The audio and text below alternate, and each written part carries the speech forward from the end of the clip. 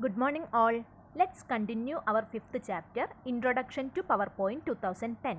Today first we are going to discuss how to copy, cut and paste text in a slide.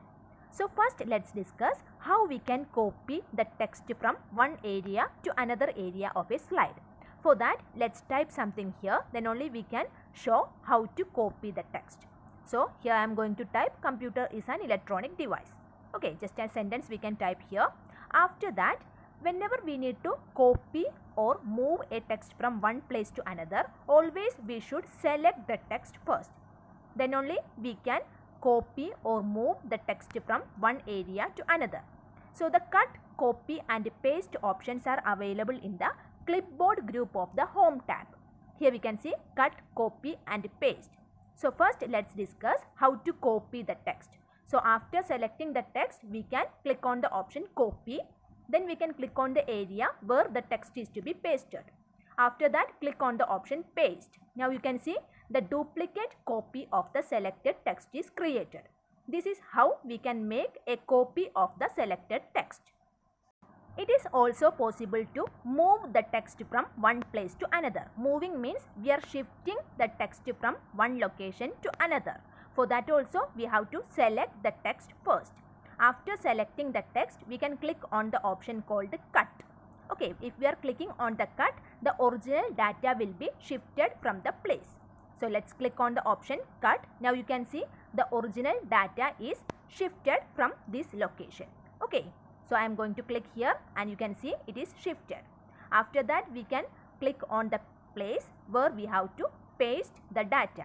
Okay, so I am going to click on the second placeholder for pasting the selected data. Okay, so you can see the original data is shifted from one place to another. And there is one more method for moving the text from one location to another, which is we have to select the text. After that, place the mouse over the text and drag it to wherever you want to place it. Let's check how it will be possible. So for that, first we need to select the text. Okay, here I am going to select this particular text. After that, we have to place the mouse over the text and drag it to wherever you want to place. The cursor will show a rectangle under it to show that you are moving the text. After releasing the mouse button, we can see the text will move to the selected place. Now the text is moved from the second placeholder to the first placeholder. It is also possible to move the text box or placeholder to any place on the slide.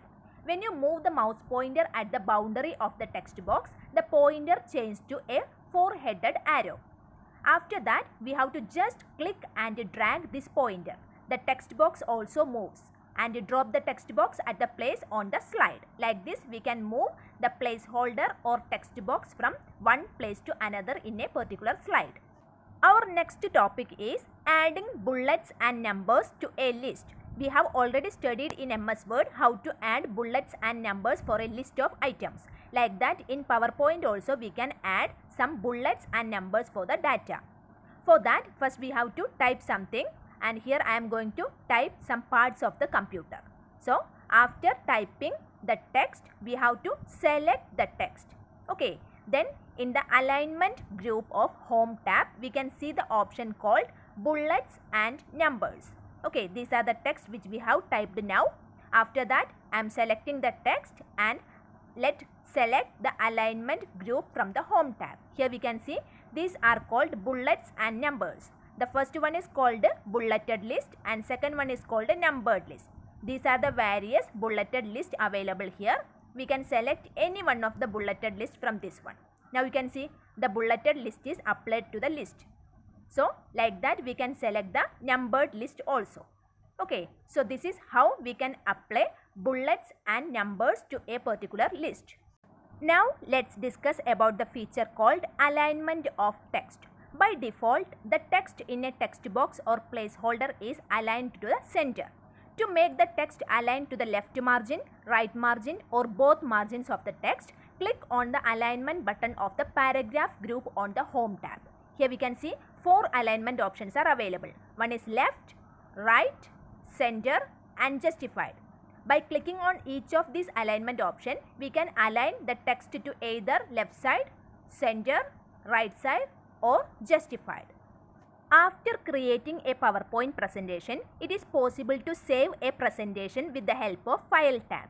When we click on the File tab on the left hand corner of our PowerPoint window, we can see one option called Save. When we click on the Save, one Save As dialog box will be appeared. We can give the file name for our PowerPoint file. So here already one suggestion is here. We can change the name for our file. After giving the file name, we can click on the option called Save. The slideshow option refers to display all the slides of a presentation in a sequence on a full screen. For that, we have to click on the tab known as slideshow. When we click on the slideshow, there are three options will be available. One is from beginning, second one from current slide, and third one custom slideshow. Click on the slideshow tab and click on from beginning. Suppose we have to create our presentation from the beginning, we have to click on the option from beginning. Here now I have added 3 more slides. Then only we can see the changes from one slide to another. So 3 options are here. We can select any one of these 3 options. And also we can click on the slideshow button on the status bar. In the status bar we can see 3 buttons.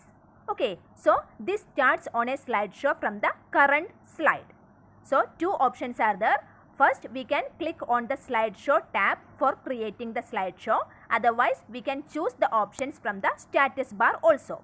So this is how we can view the slideshow. And after saving the slideshow, suppose we need to close our slideshow or PowerPoint presentation. In the rightmost corner, we can see the close button.